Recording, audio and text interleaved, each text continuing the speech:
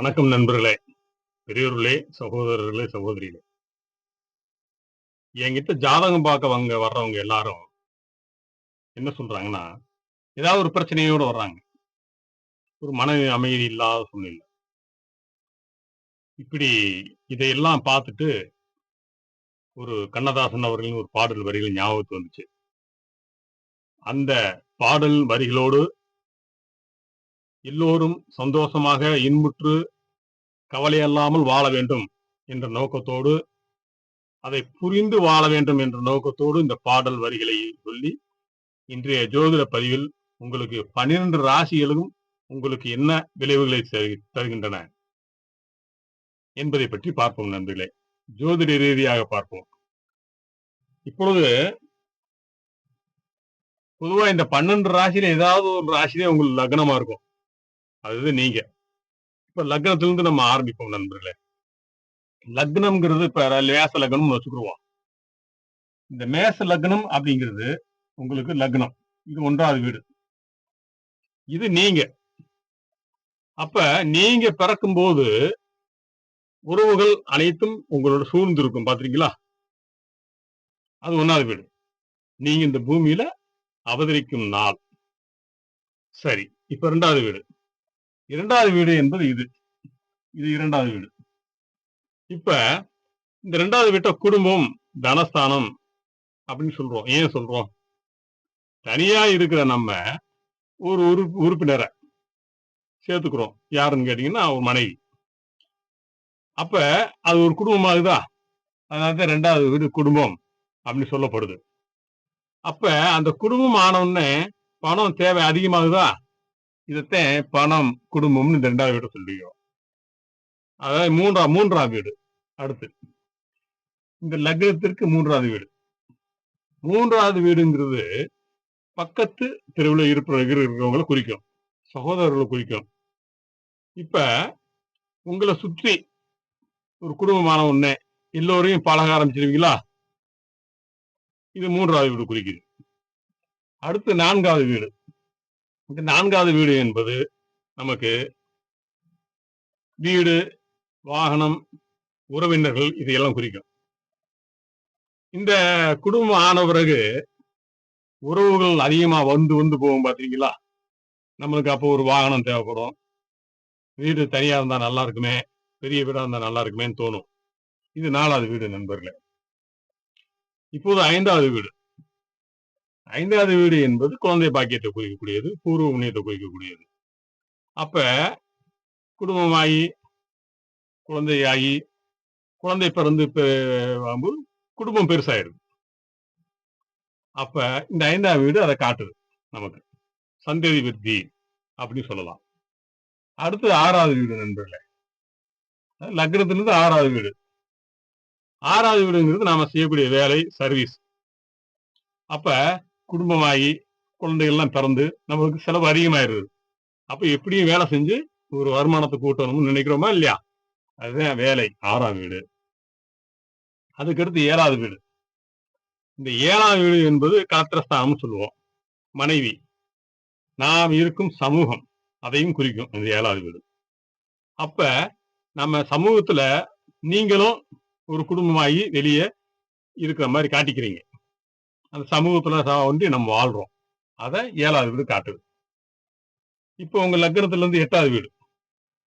8வது வீடு எடுத்துட்டா ஆயுள காட்டும். ஒரு துன்பம், துயரம், வலி, வேதனையை காட்டக்கூடிய வீடு.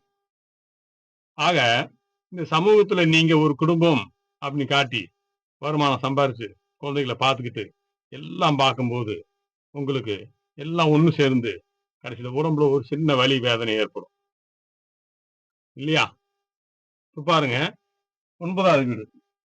இந்த 9வது வீடு என்னன்னு கேட்டீங்கன்னா பாக்கியஸ்தானம் சொல்றோம், கடவுளுடைய அருள்னு சொல்றோம். இப்ப இவ்வளவையும் நம்ம முடிச்சுட்டு இந்த 9வது வீடுங்கிற இடத்துல வரும்போது கடைசியில கடவுள்கிட்ட போய் வேண்டுறோம். பாத்தீங்களா? எனக்கு அமைதி வேணும், நிம்மதி வேணும். இது கேட்டா கொடுப்பாரு. பணம் வேணும்னு தான் கேட்பாங்க, வீடு வேணும்னு தான் கேட்பாங்க. அது கேட்கக்கூடாது. கடவுள்கிட்ட கேட்கும்போது மனோதைரியத்தை கொடுன்னு தான் கேட்கணும். அது 9வது வீடு நண்பர்களே. இப்ப 10வது வீடு. உங்க லக்னத்திற்கு 10வது வீடு. 10வது வீடுங்கிறது நீங்கள் செய்த கர்ம பலனை இந்த பிறவியில என்ன வேலை செய்ய போறீங்க, இதையெல்லாம் செய்ய போறீங்க. ஒரு செயல் அப்படிங்கிறது கர்மா. அதை காட்டக்கூடிய கர்மஸ்தானம், தொழில் ஸ்தானம்ங்கிறது 10வது வீடு நண்பர்களே. அந்த 10வது வீடு நம்ம ஒரு தொழில் செஞ்சு ஒரு அந்தஸ்து கௌரவத்தோட வாழணும் அப்படின்னு நம்ம நினைக்கிறோம் பாத்தீங்களா? அப்ப அந்த 10வது வீடுங்கிறது அதை காட்டுது. இப்ப 11வது வீடு. 11வது வீடுன்னு எடுத்துக்கிட்டீங்கன்னா, ஒரு லாபஸ்தானம் அப்படின்னு சொல்லுவாங்க. நம்மளுடைய ஆசையை குறிக்கக்கூடிய இடமும் அதுதான். மூத்த சகோதரர்கள் இதெல்லாம் குறிக்கும். நிறைய விஷயம் இருக்கு. இப்ப நம்ம இந்த விஷயங்கள் வரிசையா பார்த்துட்டு வந்ததுல என்ன ஆகும்னா, குடும்பத்துல செலவு அதிகமாயிட்டே இருக்கும்.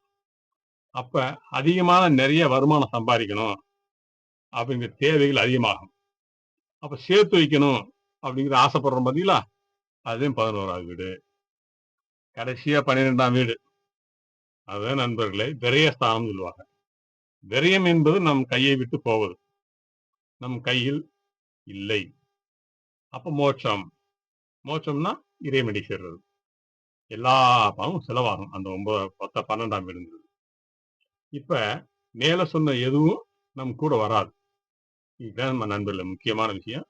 எதுவும் நம் கூட வராது. இந்த 12ஆம் வீடுங்கிறது மோட்சம் அப்படிங்கிற சொல்லும்போது, நீங்க தேவைப்படும் போது எல்லா உறவும் வரும். பார்த்திருக்கீங்களா? உங்களுக்கு நீங்க தேவைப்படும் போது உங்களை தேடி எல்லா உறவும் வரும். அத பயன்படுத்தணும்னு நினைக்கும் போது ரொம்ப பாசமா எல்லாரும் இருப்பாங்க. பாசத்தை காட்டுவாங்க. ஆனா கஷ்டம்னு உங்களுக்கு வரும்போது எல்லாருமே மௌனம் ஆயிருவாங்க. நல்லா கவனிச்சு பாருங்க. வாழ்க்கையில அனுபவிச்சு பார்த்தா தெரியும். எனக்கு 60 வயசு ஆகுது. எல்லாம் வாழ்க்கையில நிறைய அனுபவிச்சிருக்கேன். என்கிட்ட வந்து ஆயிரக்கணக்கான பேர் ஜாதகம் பார்க்குறாங்க. அவங்க சொல்லக்கூடிய ஒவ்வொன்னும் கேட்கும்போது அவ்வளவு வேதனையா இருக்கு. அப்ப இந்த கஷ்டம்னு வரும்போது எல்லாரும் ஓடிடுறாங்க. திரும்பி பார்க்க மாட்றாங்க. இப்ப ஜாதகத்துல நம்ம நான் சொல்ல வந்த விஷயத்த நம்ம பார்ப்போம். இப்ப 3ஆம் பாவம், 8ஆம் பாவம் சேரும்போது ஒருவருக்கு அவர் மூச்சு விடுறது மறந்துடுறாரு. இறைவனடி சேர்றாரு. அதுக்கு ஒரு விளக்கம் சொல்றேன். இப்ப 8ஆம் பாவம்ங்கிறது இது. இது ஆயுள் ஸ்தானம். 3ஆம் பாவம்ங்கிறது மறைவு ஸ்தானம். அதாவது இந்த 8ஆம் இடத்துக்கு 8ஆம் இடம் பாருங்களேன். 1, 2, 3, 4, 5, 6, 7, 8.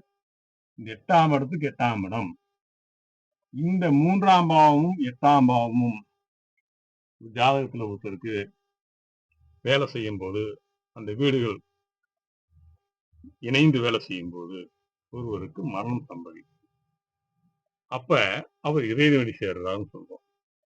அப்ப என்ன ஆகுதுன்னு கேட்டீங்கன்னா, நம்மளுக்கு நம்ம அப்பா அம்மா வச்ச பேரை காணா போயிருக்கு.